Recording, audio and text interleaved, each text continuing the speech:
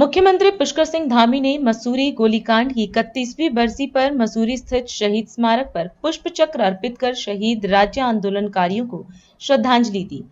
अपने संबोधन में मुख्यमंत्री ने कहा कि पृथक उत्तराखंड राज्य के निर्माण में आंदोलनकारियों का त्याग और बलिदान अविस्मरणीय है। उनका साहस और संघर्ष हमारी पहचान को नई ऊंचाई देता है और यह शौर्य गाथा इतिहास में स्वर्ण अक्षरों में अंकित है। मुख्यमंत्री ने कहा कि राज्य आंदोलनकारी हमारी प्रेरणा है और राज्य सरकार उनकी आकांक्षाओं को पूरा करने के लिए समर्पित है। आज से ठीक एक दिन पहले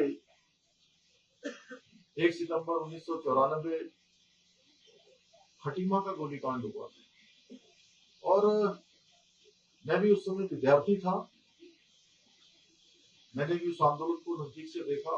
हजारों हजार की संख्या में किस प्रकार से वहां पर भी हमारे निहत्थे आंदोलनकारियों पर बर्बरतापूर्वक लाठीचार्ज किया गया, गोलियां चलाई गई।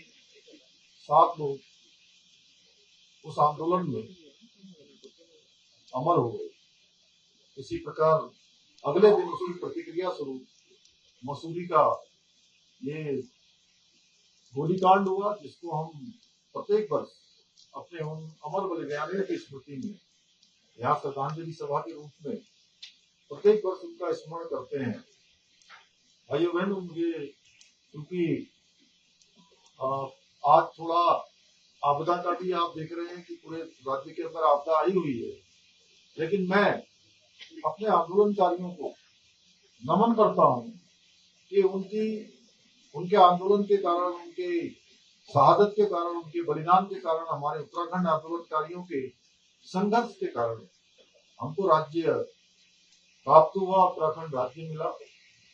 और मैं थोड़ा अपना ये सौभाग्य मानता हूं कि क्योंकि बचपन से मैं आंदोलन से जुड़ा रहा और कल भी मैंने कहा, कल खटीमा में भी, कि मैं अपने आप को सौभाग्यशाली मानता हूं कि मुख्य सेवक के रूप में जिस दिन से मैंने काम करना प्रारंभ किया इस जिम्मेदारी पर, आज 5वां वर्ष है कि मैं खटीमा भी 5वें वर्ष हर साल गया 5 सालों में से, और यहाँ भी।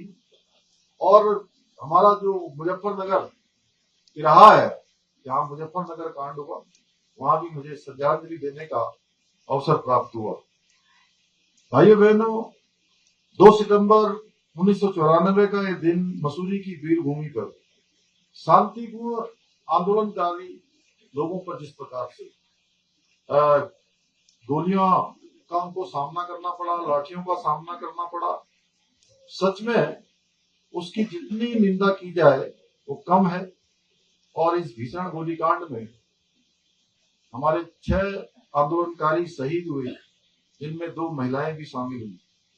इस पूरी घटना ने पूरे देश को हिलाकर रख दिया था।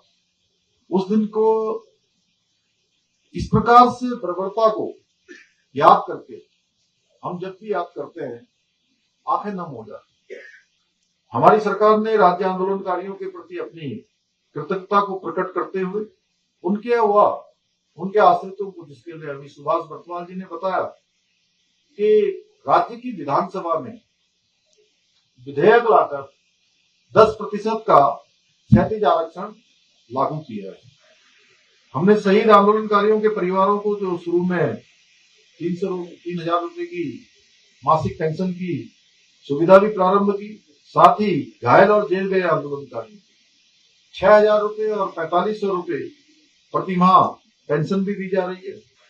पहले के समय में राज्य आंदोलनकारियों के केवल एक आश्रित को क्षैतिज आरक्षण की व्यवस्था थी, परंतु अब जो नया विधेयक आया है उसमें चिन्हित आंदोलनकारियों की परित्यक्ता, विधवा और तलाकशुदा पुत्रियों को भी इस आरक्षण का लाभ मिल सकेगा। यही नहीं, हमारी सरकार ने चिन्हित राज्य आंदोलनकारियों को पहचान पत्र जारी करने के साथ ही 93 आंदोलनकारियों को राजकीय सेवाओं में सेवायोजित भी किया है। इतना ही नहीं, हमने राज्य आंदोलनकारियों के बच्चों को स्कूलों और कॉलेजों में निःशुल्क शिक्षा की व्यवस्था भी की है।